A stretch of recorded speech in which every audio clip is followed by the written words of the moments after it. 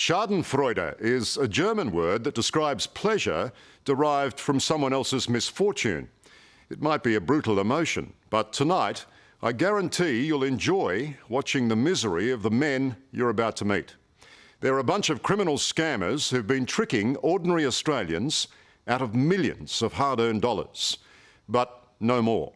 These lowlifes are busted, red-handed, arrested and imprisoned. It's an important victory for the good guys.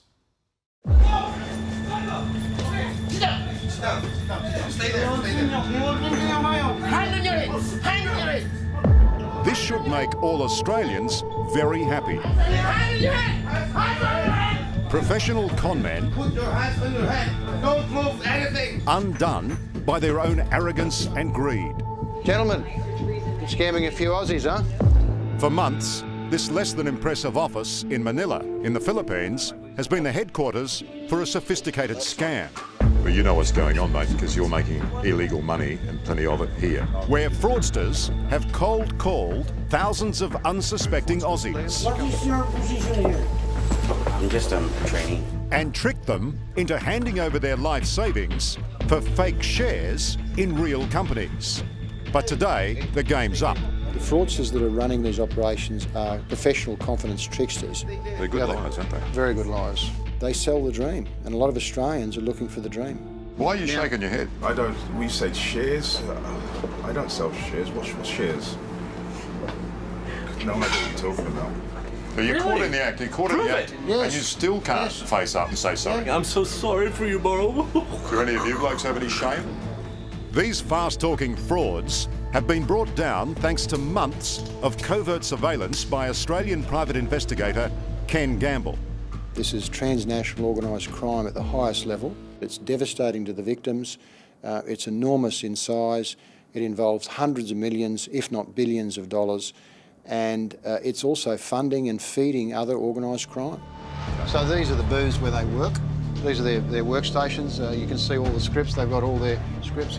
Even though these expatriates from the US and UK are in Manila, they tell callers they're working for an investment firm in Australia and that they have a deal too good to refuse.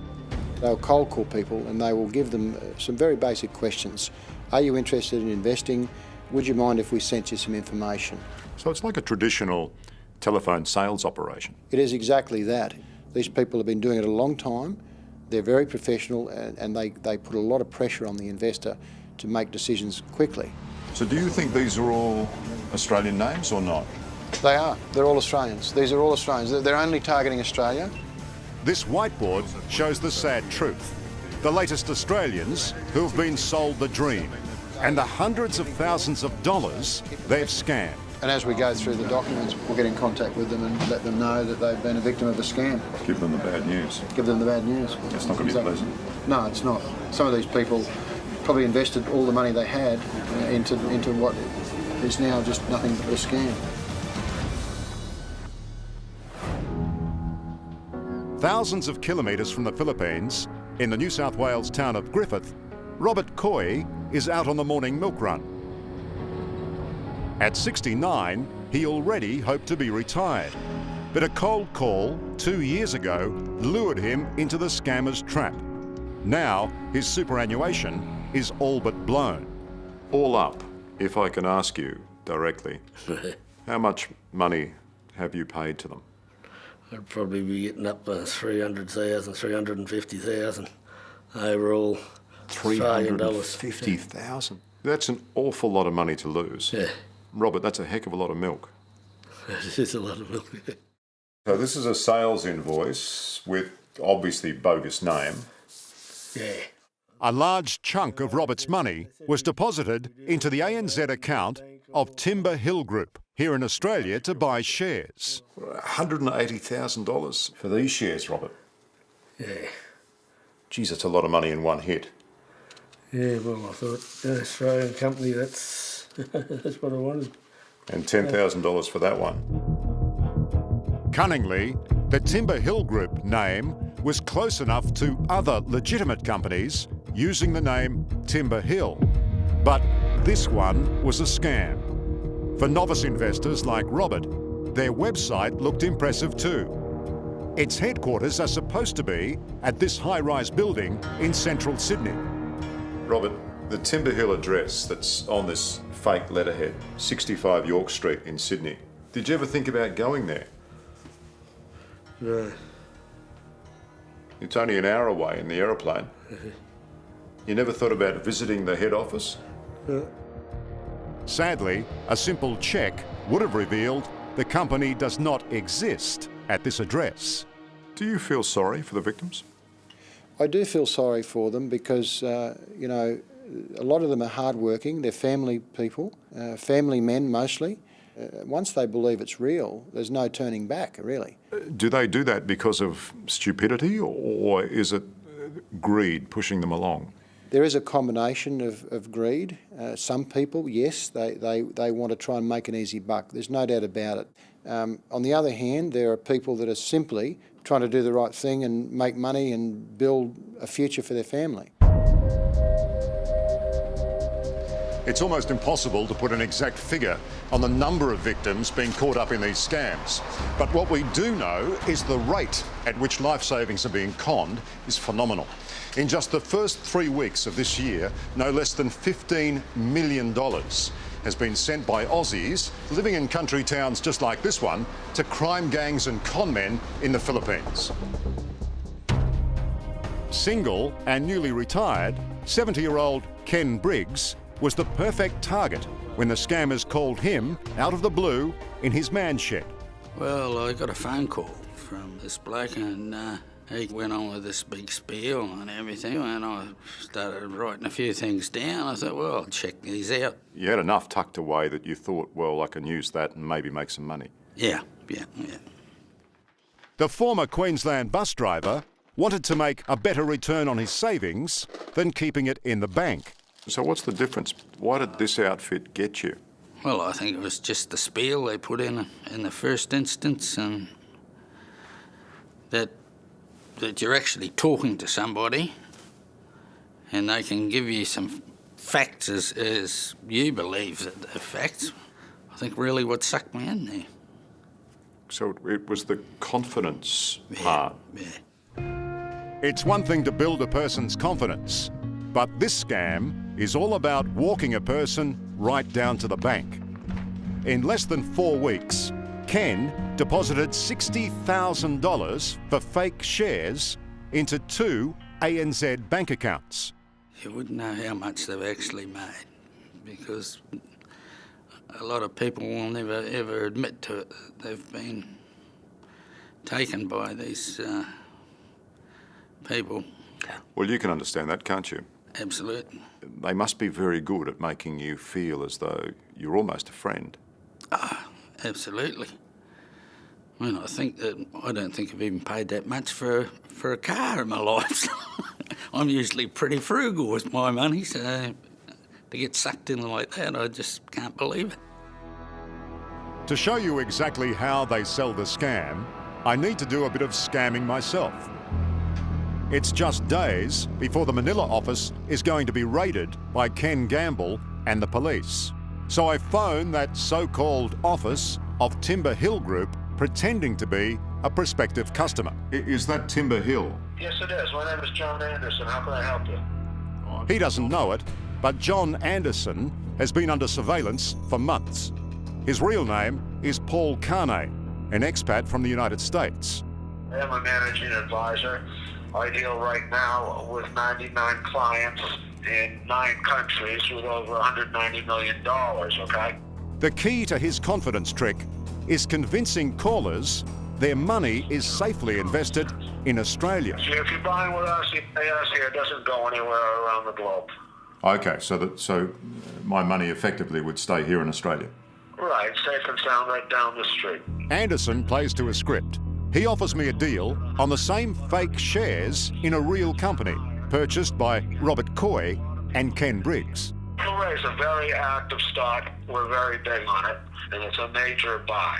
If I was to put in somewhere between 20 to 50,000, I mean, how long before I see some sort of decent return? Are you talking 6 months, 12 months? Maybe 90 to 120 days for some above-average returns. Well, that's pretty impressive. 90 to 120 days. That's That's impressive. Yeah, well, we have to be. All right, well, I'll go ahead and fill in that online application, and I very much look forward to meeting you, John, and dealing with you. Coming up, Busted, the faces behind the fraud. Here's our email, 20 to 50K. Lies, damn lies. Have you spoken to Australian investors? No. No. And no apologies. Okay, so that's them right there. This one's new guy. They fall for these scams because they're stupid. That's next on 60 Minutes. We know that as soon as the clock hits 3, they come straight out of the building, right? Aussie investigator Ken Gamble's plan to bust the scammers is in its final days. They're on the 24th floor. They don't have any signing on the office, it's just a doorway. For weeks, he and his team have been tracking the daily movements of the scammers, where they live, what time they arrive for work, and when they get paid. Okay, so that's them right there. That new This guy one's new guy, yeah. is a new African guy. Hundreds of Australians would have received calls from these men today. They absolutely know that it's a scam. They're all in on it together, all the workers. They know what they're doing is illegal. They know that they're conning people. The case got its break when Ken was contacted by an insider willing to rat on his colleagues. Whistleblowers in the Philippines are treading in very dangerous territory when they start ratting on the people that they're working with. And I'm aware of a number of cases where whistleblowers have been either killed or seriously injured. Peter, as we'll call him, is prepared to take the risk and tell Australians why he did it. You get your first sale, you see the money, you get excited. So it just drives you more to keep doing it and doing it. You get a guy on the phone and you're talking to him and you're pitching him and, he's telling you, no. I'm not convinced. And you finally end up convincing him and instead of him giving you $30,000, he's like, okay, well, here's $200,000. Was there a feeling in the office about Aussies? Yeah, there was a few talks about it. We have a choice, we can either contact Australians, New Zealanders, Europeans, and everyone just voted. Let's just stay in Australia. That's where we have the most success. Because it's easy work. Correct. And even though they've taken a loss, again, the greed is what attracts them. They hear it's an opportunity to hopefully win back what they lost and they jump on it. Peter says he was given the names and numbers of 200 Australians to call every day. Day to day, how much business did you see going through the place? Probably close to maybe $250,000 a day. $250,000? Yes. But with your commission at this stage, how much were you making a week, roughly? Anywhere from, 3,000 USD up to 11,000 USD a week. $11,000 a week? Yes. Well, that's a very big incentive to keep your mouth shut. It is. A guilty conscience doesn't exactly fit the profile of a con man, but Peter tells us he's now given up scamming. So you made the mistake of feeling sorry for the victims? Correct. I guess just too many stories, hearing customers complain to you, they lost their life savings, their family's gone, they lost their house, they're homeless now just because of someone just like me. We know that these people are responsible for defrauding dozens and dozens of Australians with these fake shares. In a secret location in central Manila, Ken is briefing his team on a plan to scam the scammers. This guy here, Alan Sterling, he's the boss. He's been under investigation for some months now. This is his son, Nathan, who's also working in the operations. We expect to find scripts, banking information, most importantly, a full list of the victims in Australia, the people that are actually being defrauded. Inside this high-rise building, the scammers are just starting work when these officers burst in. It's a day to forget for these crooks, including John Anderson. That's him. That's John Anderson. That's him. Yeah. The smooth-talking American I spoke to a few days earlier. Look at this. Here's our email. Look at this. 20 to 50K. Just made notes. It's pretty compelling evidence. They're completely brazen, aren't they? What are you holding your hand over your face for, buddy? because I don't want to be on the camera. Really? Yes. Bit late for that. It hasn't sunk in yet, but these men will spend tonight in a crowded jail cell. Well, you blokes have been happy to rip off hundreds of Australians. You're not looking particularly happy this morning. They fall for these scams because they're stupid. For a con man, John Anderson doesn't have much to say for So himself. what's your real name? None of your business. I don't have to talk to you. Have you spoken to Australian investors? No. No. No. This is your desk, isn't it? Whatever, man. Whatever. Whatever. Write it down. Whatever. What do you reckon? It's a typical reaction from people that are placed in this situation. They know they've been caught red-handed. Well, it's lovely to meet you, Mr. Anderson. Keep your hands off me. Lovely to meet you. Have a great time in your incarceration.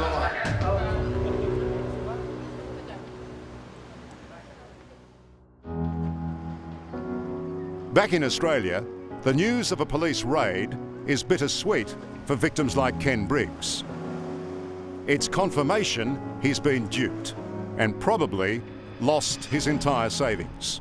Is it a sense of disappointment in yourself, or is it just It is sheer frustration? yeah, well, I think there is a really big sense of disappointment in myself because I just can't understand that I couldn't see through it in the first place. What makes it even harder to swallow is the revelation that Australian banks were unwittingly used to scam the money. You're paying into an account here in Australia, you think, well, the money's going into an Australian company. And being one of the big four banks, Yeah. that gave you confidence as well. Oh, yeah, definitely. So we tracked down the ANZ account holders who made it all possible. 2 Australians living in Melbourne. It turns out the sole director of Timber Hill Group is this man, 28-year-old Miroslav Lunt. His day job is concreting industrial sites like this one. Miroslav. When we caught up with him to ask him about his ANZ account Miroslav Lunt. that allowed crime gangs in the Philippines to launder money, You got a minute for us, Miroslav? he wasn't keen to chat. Miroslav, why are you running? The second ANZ account being promoted by the scammers in the Philippines belongs to this man, 47-year-old Joseph Coulier, the managing director of Property Confidential Group. Mr. Coulier was not at home when we visited in suburban Aberfeldy, but both men have since denied knowledge of a scam. Most of the victims will never see their money again, even with law enforcement action, even putting these fraudsters in prison. The money's gone. Ken Gamble is doing all he can to recover the money for Australian victims. It's a job he wishes had the attention of the Australian government. It's not something the government has taken much of an interest in. This is large-scale organised crime, and the government has to put financial crime up there with drug trafficking, murder for hire, all of the traditional mafia-related crimes that we see out there. They have to put this up as a very high priority, or in due course we're going to see the profits being used to fund other very serious activity, including terrorism.